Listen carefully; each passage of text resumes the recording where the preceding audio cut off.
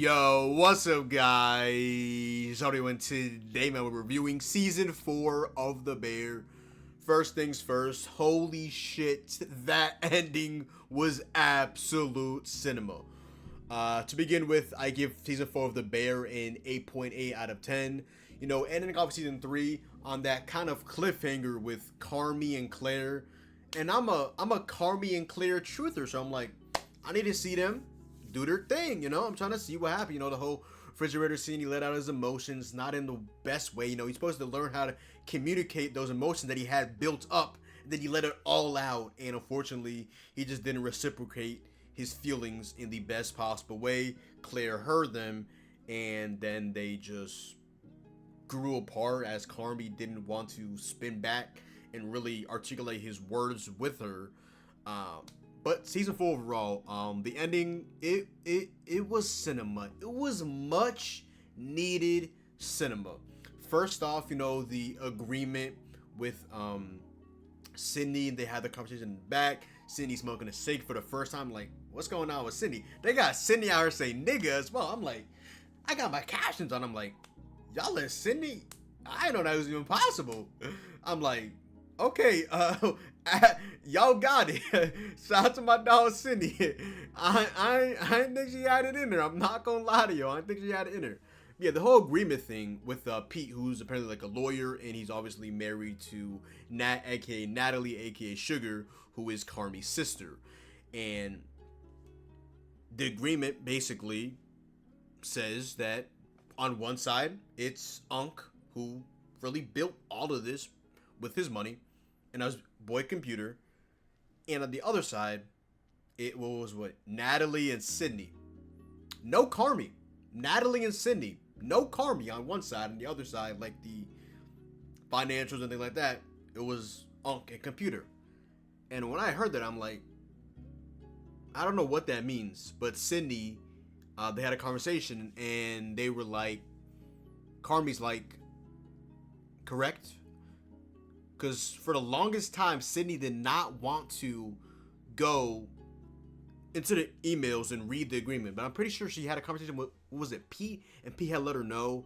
And she was like, thinking like in her own like head, like, what does this mean for Carmy? And then she had the conversation with Carmy. And Carmy says that he is quitting the Bear, which is like, my brother in Christ, what are you gonna be up to? I mean, my boy's literally the main character. He's like one of the like most qualified people to be chefs. I mean, to the point where he's traveling across the world and hiring all these people and creating all of these insane dishes and getting all this notoriety and making a good amount of salary, which they're poking fun at. Like, okay, finally we got your salary off the book. Holy, I mean, he's just getting an absolute bag, but it's also hard work. Remember, they get up at like 6 a.m. They don't go home and lock up till what, midnight or maybe even farther than that. I don't know the exact time, but that's a long grind. And they only start really cooking like evening into the night overall. Not start cooking, but really start having customers and handing out dishes and things like that and taking orders and things like that. But that's not the point. It was cinema because especially the conversation with Richie. I'll get into the Sydney one, but that one, because Carmy for the longest time was not able to handle and really explain his emotions whatsoever. He was just a crash wreck. He would just blurt things out and constantly change things and not. There was no structure behind Carmy at all. He was a Hall of Fame crasher. He did not know how to manage his emotions. And then we get to the conversation about him quitting, and Sydney's like, what are you doing? Like, I know I trust myself, but it's not like I need you to be here. I just simply want you to be here. And he was really this season learning how to manage his emotions and express his feelings and this, that, and the third. And this might have been one of the things that, you know, led to him doing this as well, because he saw the person he was becoming. It was literally taking over his life, you know? He talked about how he had lost his passion, and it's like, damn, like he puts a lot in. And he said at the end, he didn't know the person that he was outside of being a chef. And it's like, it really is taking over his life. Like, a lot of people want to own stuff and be chefs and be CEOs, but do you have the hard work and dedication to literally be hyper fixated and hyper focused on one particular thing and have to sacrifice, social life and home life and hobbies and this, that, and the third to really lock into your craft and put the utmost into that? Do you or do you not? Some people do, some people do not. And that's how we got to this particular situation. And then they get the whole thing with Richie, and that was peak. Richie he randomly just came out of, just went outside, and Carmi and Cindy had a moment, and this, that, and the third, and then Cindy wasn't going to tell Richie, obviously, that Carmi was quitting, and then Carmi had to basically say that, and Richie's like, man, stop that. He's basically just calling him up. He's like, man, this guy's capped. Man, be for real. Stop trolling me. And then they actually have it, and then Richie pushes the right buttons, and he's like, you're quitting now? The thing you've always done, when it gets worse and to the point where we're literally in the red, the timer's ticking down. Now you want to quit of all times? Typical. It was cinema though, man. It really, really was. Like, this is really taking over Carmi's life in the worst possible way. And I loved how he just got his emotions off. The fact that he went to Mikey's funeral. The fact that he had this resentment towards Richie. The fact that he held all of this in and was finally able to let it all out. It was just, no pun intended, just an absolute chef's kiss. They had so much animosity towards each other that they were finally able to let that go from their chest. Just be gone, all this negative energy. Be gone, everything. And how funny I'm watching this on the Lord's Day on Sunday. So that is just absolutely absurd. It was amazing though. And at the end, we end up finding out that Carmi indeed does end up quitting. And now on the agreement is not only Sid and Nat, but it's also Richie as well, who would die for the bear. He said this is his home. He's been here since the beef. He was close with Mikey. And this is the first time we found out that Richie isn't actually Carmi and Nat's cousin. Because they always call him cousin. They would call him cousin. He would call him cousin. Is this the first time, or am I just forgetting from previous seasons? But without a doubt, he is basically blood at this point. I mean, shout out to Richie. A lot going on in his life, which I'll get into as well. Yeah, Carmi's officially left the bear. It's insane. That last episode, I mean, I saw some Reddit posts and people were like, oh, I hate this, but I liked it. A lot of resentment was just taken off their chests. They were able to really express how they felt about each other, and they both really resented each other. They admitted to doing so. Just a lot off their chest, to the point where it's like, you just love to see it, It's just, yeah. It really might have all stemmed from Mikey's funeral and the fact that they were able to, express how that felt towards them and how they felt toward each other.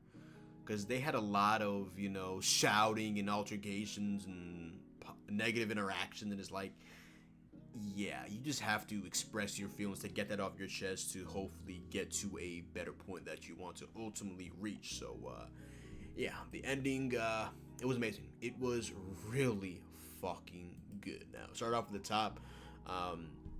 There was a good opening scene with Mikey. We've seen like bits and pieces of Mikey throughout the whole entire season, especially last season. That one long episode, where was it, like Thanksgiving or something, where Carmi and Nat's mom had you see me looking, there's just randomly just bugs in my room. Sometimes they'll just like start buzzing. I don't know if it's a bee or a wasp or whatever it is, but it really at points just throws me off, and it's like I'm hearing like noises and it's just that. But besides that point, but yeah, you just see bits and pieces. Remember when Carmi and Nat's mom had drove into the house, and remember there was a scene of Mikey there, and that was really cool. On the not cool, this man Unc literally gave them 2 months on the timer to be out of the red and move on. And if not, it was going to close down the bear. He had a timer. Him and the computer had literally put it like right where the oven and kitchen, literally a timer, clicking down. Seconds, hours, days, months, this, that, and the third. And at the end, the timer runs out at the end of season 4, which is like, holy shit. You know, it's insane. And also, that was a W throwback group as well. You know, they had brought in new people. And I'm pretty sure these are people, you know, they were the black and the white. And my boy Richie was low-key messing with one of them, you know. But that's a W throwback. I don't know how they had all this money. They said they had what stodges. They brought back Luka, that Luka Doncic baby. We're talking about Luka from the Bear. You feel what I'm saying? Yeah, that's a good W throwback group. Nice nostalgia from previous seasons. Having these like high level people there working with them as well. I really enjoyed that overall. And they had Natalie and Hale. Natalie just had a kid. She's trying to save money and go through this and do that, the phone calls, it's just a lot on Natalie's plate, which is just like, you just gotta feel bad at some point. This man Carmi, he definitely throughout the season became a changed man. I'll get into the Claire part, but man, he really learned how to manage and express his emotions and let it all out and not just bottle everything up, get to his breaking point, just let it all out. And unfortunately, when he just let it all out, like we saw last season with Claire, it was too much. He got to a point where it got too much, and he basically scared her away. He basically literally did, you know. But with him being a changed man, I did like to see how happy he made Sid. You know, she would ask normally, "Hey, want to add this to the menu?" And he'd be like, "Yeah, sure, why not? You know, do this, do that, do that." They had a locked-in menu, so it didn't constantly change to mess with finances. And this, he was structured. He was definitely structured. The snow machine was cool. I feel like, you know, the snow machine, because the family had called in and they were like, "Oh, we're visiting from this. We never really had snow."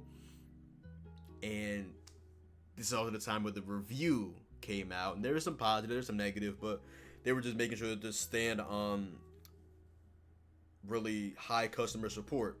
So they got a snow machine and like dropped snow, and they were able to bring a family and give them a nice dish and give them something else that usually wouldn't be on the menu at that time. But since they asked her politely, they got them that, and they also got them the snow outside and were able to play. And there's also, I believe, the reviewer was a table across, and he looked at all the accommodations and he was waiting for his Uber, and coincidentally outside in the back, like right over there, there's a family playing with the snow, just so gracious, so happy. They were, both sides were just so happy. It was just amazing. But like I said, the reviewer, I think his name was Mr. Clark, I have it written down. Bro was peeping for sure. Bro was definitely peeping. I just hate that it took Carmi this long to learn how to express his emotions, especially with Claire. Like Claire, a lot of people are like polarized about Claire. I feel like she's cool. I would like to see them together, you know. But it's just like my brother in Christ. That last moment that we saw with the refrigerator. I mean, she wanted, in the back of her head, she wanted him to express his emotions towards her, but he just never was going to do so in front of her. It was one of those things where you bottle things up, and he's one of the people that at that point you would literally have to shake that answer out of him, or he would just blow it off or do something else, or be like, "Oh no, I was talking about this and I was talking about that." Like he was one of those, which he got a lot better at this season, as he really expresses emotions and feelings towards Claire, which was just amazing for sure. He ends up being dedicated, going to his house where one of the Fox are messing with Claire's roommate, and initially they're like, "Oh no, Claire isn't here," and Claire comes out, and she's like not really messing with him, and she's like, "Oh, I'm going something inside." And honestly, would not be surprised if she didn't come back. She ends up coming back, and they have their moment, you know, on the steps, and you know, they really get into it. And And at the end, Claire's like nonchalant. He doesn't really get like a real answer, and then they end up meeting up again, and sparks kind of flying. I'm just calling a spade a spade. He ends up calling, and ends up doing some really good stuff. Yeah, that was really good. Cindy, she had a lot going on with Adam Shapiro, who's one of the chefs. He wanted her to be her partner because he opened up this new facility and it looks really good and promising, and he has the money to do this and that. The Bear. Everybody knows that they're down bad. They're in the red and not looking good for them whatsoever. So he gives us the opportunity, and for the longest time, she makes these excuses and she blows them off. Not like that, but you freaks. But like, maybe someday, maybe they have this going on, and then he got his answer. But we'll get into that as well. And I really like that W wholesome moment with TJ as well, who I believe Cindy's, what was it? I don't know if I call it a hairdresser or she would just like cut her hair and attach like weave and stuff like that. I don't know what to call that, but shout out to her. They were really close. I didn't know they were that close, but yeah, really good moments. TJ was talking about her problems at school. She's like little. She's like what, middle school or something like that, maybe elementary. I don't know. But she's talking about her going to sleepover and this, that, and the third, and having to go to a new school. Oh, maybe not going to a new. Is it going to a new school? Is her friends going to a new school? But besides the point, Sid ends up having a conversation with her. She's really like tone deaf in the beginning, and then they start opening up, and they end up going to get something to eat. Cindy, obviously chef, makes her something to eat. Goes to the store. And then they talk about, oh, should I go to the sleepover? Should I not? I don't know. I basically asked them. They didn't ask me. I don't want to like basically intrude them. And really good moment overall. I really enjoyed that, to be quite frank. And then Sydney's thinking process was really hysterical. She was choosing between restaurants by indirectly telling the story to TJ that like, oh, one of my friends, back in the day, I had to choose between doing this sleepover, and TJ, I think he ends up finding out that wasn't really a sleepover, and she was really choosing between a restaurant, which is absolutely frying me. And then unfortunately finding out that Sydney has a lot going on in her life, as her dad is having a heart attack. And thankfully, he ends up making it. Shout out to him. He had a lot going on in his life. He was stressing, I believe. Fortunately, Sydney's mother, I believe, passed away pretty early in her life. It's not a lot for her to look forward to. So her dad was all constantly checking up on her, calling her, texting her, but she really didn't get back because she was pretty busy. But I feel like at some point she could have gone back. It's just my humble opinion.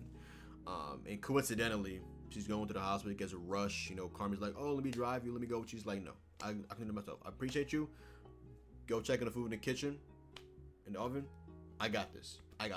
So Cindy ends up just going to the hospital, and coincidentally, Claire, who works at the hospital, she was there to see Cindy and be able to help her, and gave her the diagnosis of her dad, and thankfully he was good.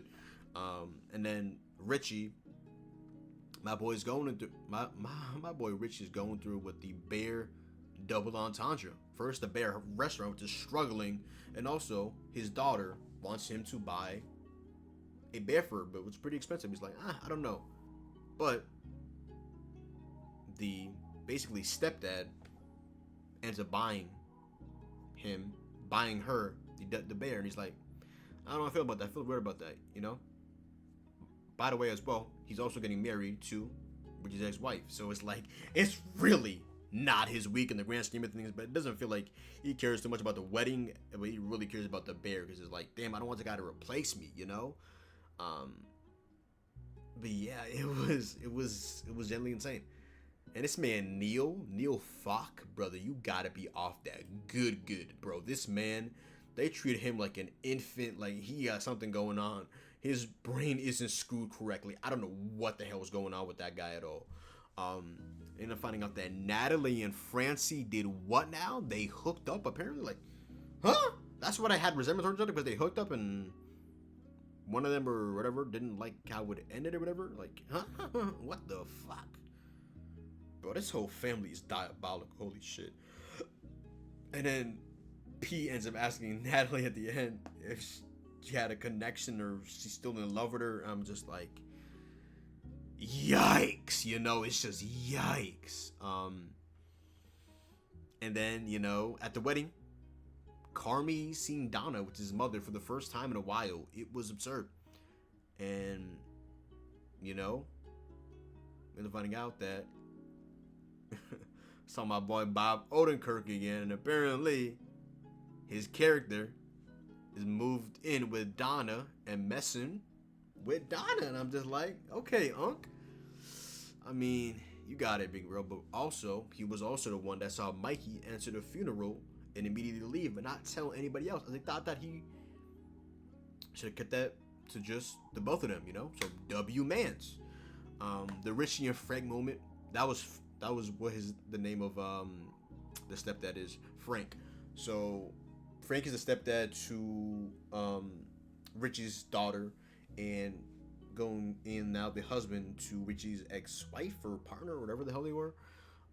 It was cool, even though he capped. He was like, oh, every time she's with me, she always talks about you. And because he was like, oh, every time I'm with her, she's always talking about you obviously being Richie, which is true, I think. And Frank, for what she told him, was not true. She's not always talking about him, but she wanted him to feel good because he saw that he was going through it, as she was hiding under the table because she didn't want to do the father-daughter dance, even though Frank was like, oh no, it's not a father-daughter, it's the stepfather-daughter dance, just to not step on his toes or anything like that. He's just an all-around, just a good guy, just an all-around W Mans.